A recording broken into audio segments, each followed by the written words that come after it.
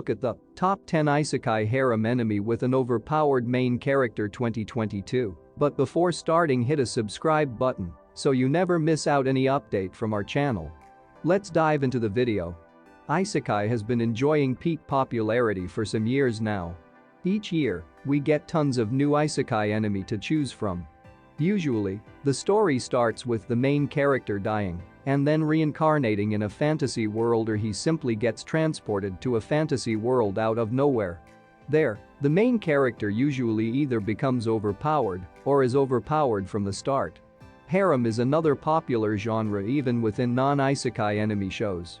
It comes as no surprise that mangakas often combine isekai, harem, and the main characters being overpowered, since it seems to work every single time and anime fans seek these types of shows. The above-mentioned trope is so overused that you know what you are getting yourself into. Isekai harem shows with an overpowered protagonist are easy to understand and have more often than not a straightforward and predictable plot. These stories are usually relaxing and lighthearted with some stress-free action, where the main character showcases his overpowered and conquers all assailants with no problem. If you find yourself lost in the never-endless list of Isekai Harem, here are the 10 best Isekai Harem enemy with an overpowered main character 2022. Number 10 is Tsukimichi Moonlit Fantasy. Imagine an enemy that takes the best elements from Konosuba, Overlord, Slime, the Shield Hero, and Re:Zero. Try to combine them together, and here you go, you have Tsukimichi. The story starts with a young boy being forcefully transported to another world. But instead of becoming a hero from the start, the crappy goddess strips him of the role of a hero and drops him at the edge of her world. The main character is trying to build a monster town where all kinds of beings can live a happy life because he can't speak to humans, which was done intentionally by the evil goddess. Instead, he understands and speaks all monster languages. He is overpowered, although it doesn't seem like that at the start of the story. His magic energy is close to a god. Number 9 is How a Realist Hero Rebuilt the Kingdom. Realist Hero is a relatively new enemy introduced in 2021. The premise certainly sounds familiar. A young man is transported to a fantasy world and is tasked with helping the kingdom with his knowledge power. All beautiful young ladies fawn over him, ranging from demi-human lolas through knights to princesses. But wait. There is more to this show. The hero doesn't get any insanely overpowered magical powers or boosted stats, but instead, he aids the flagging economy of this land by implementing reforms. And as you can tell, the charm of this main character stems from his intellect. Number 8 is The World's Finest Assassin gets reincarnated in another world as an aristocrat. The World's Finest Assassin is a well-crafted isekai that embraces the popular isekai tropes while keeping it fresh and engaging. In this series, an old man who is known as the world's greatest assassin dies and is reincarnated in a world of swords and magic, where his skill set is needed to prevent the destruction of the world. While the plot makes you think that it's just another isekai, the thing that makes it special is that there are valid reasons why he is so overpowered. He was already among the elite assassins in our world, and also he died in his 50s, so he had a lot of combat experience and general knowledge. Since he retained all of that, him becoming overpowered in the fantasy world makes perfect sense. The show also deserves praise for not making him a usual perv but a mature, calm, and polite young man. Number 7 is Death March to the Parallel World Rhapsody. Ichiro Suzuki is a programmer nearing his 30s who one day wakes up trapped in a fantasy world.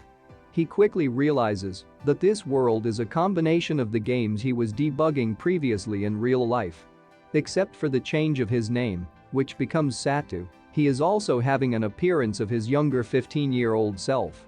Without having time to think of what happened, Satu gets attacked by an army of lizardmen, forcing him to instinctively use his ability.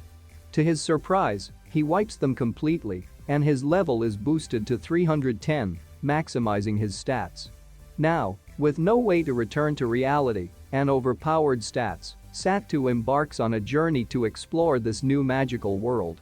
The series has almost no tension in it because the main character is so overpowered that he can deal with almost any problem or threat immediately. This is because he is level 310 in a world where being level 30 is considered powerful.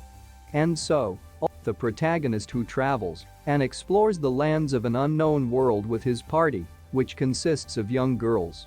Number 6 is In Another World with My Smartphone.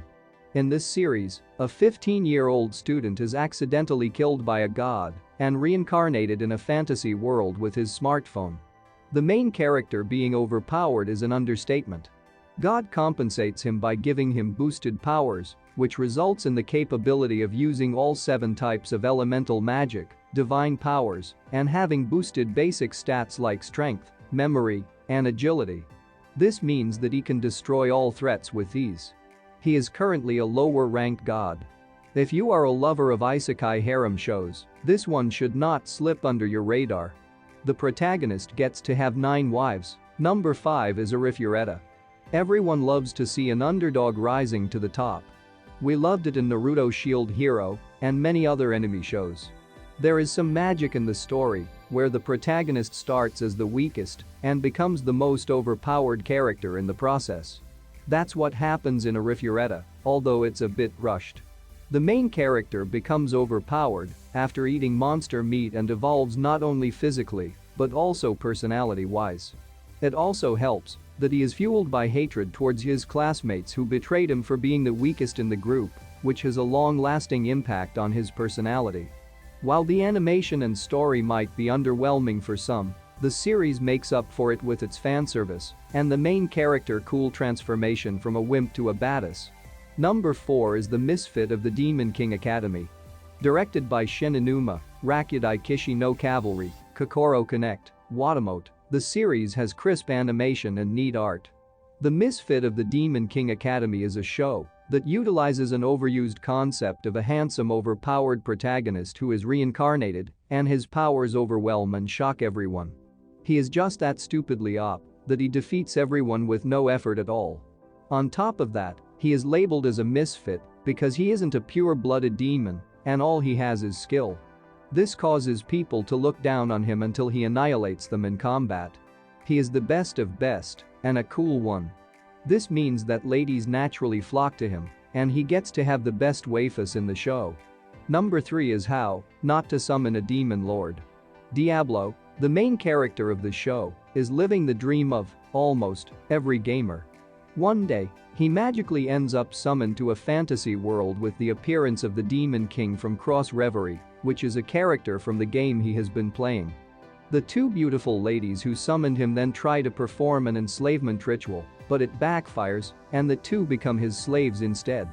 After getting to know them a little, he decides to accompany them on a journey to unbind the slave contract.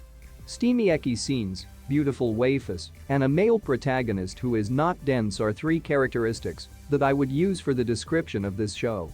Diablo is overpowered, but not in the generic way that many people imagine. He is relying mainly on his equipment, potions, experience, and strategy when battling his enemies. Surprisingly, this works pretty well, and he has honed his instincts to annihilate every foe he meets. Number 2 is Mushoku Tensei, Jobless Reincarnation. Mushoku Tensei revolves around a hopeless 34-year-old NEET who gets killed during a traffic accident and reincarnates in a fantasy world with his memories and intellect intact. While the plot sounds pretty generic, the show does a very good job at showing the main character and physical development. He gets a second chance in life and takes it pretty seriously. With a tremendous magical aptitude and 3 wives, Rudius is finally living a fulfilled life. Number 1 is No Game No Life. One of the most influential game isekai shows, along with SAO, is No Game No Life. With more than 1 million fans on MAL, it's not difficult to say that this show is the king of isekai to this day. Instead of focusing on a generic isekai plot, NGNL consists of a likable duo of gamer siblings who uses their wit to outsmart enemies in the world they are transported to. And in that fantasy world, everything is decided by winning or losing games. Sara, the male protagonist of NGNL, has a harem filled with demi-human and human waifus. There is a crazy one, a tsundere one, and a lowly too. Pretty much every trope you can think of. That's all for today. If you liked the video, hit a like, leave a comment, and don't forget to subscribe.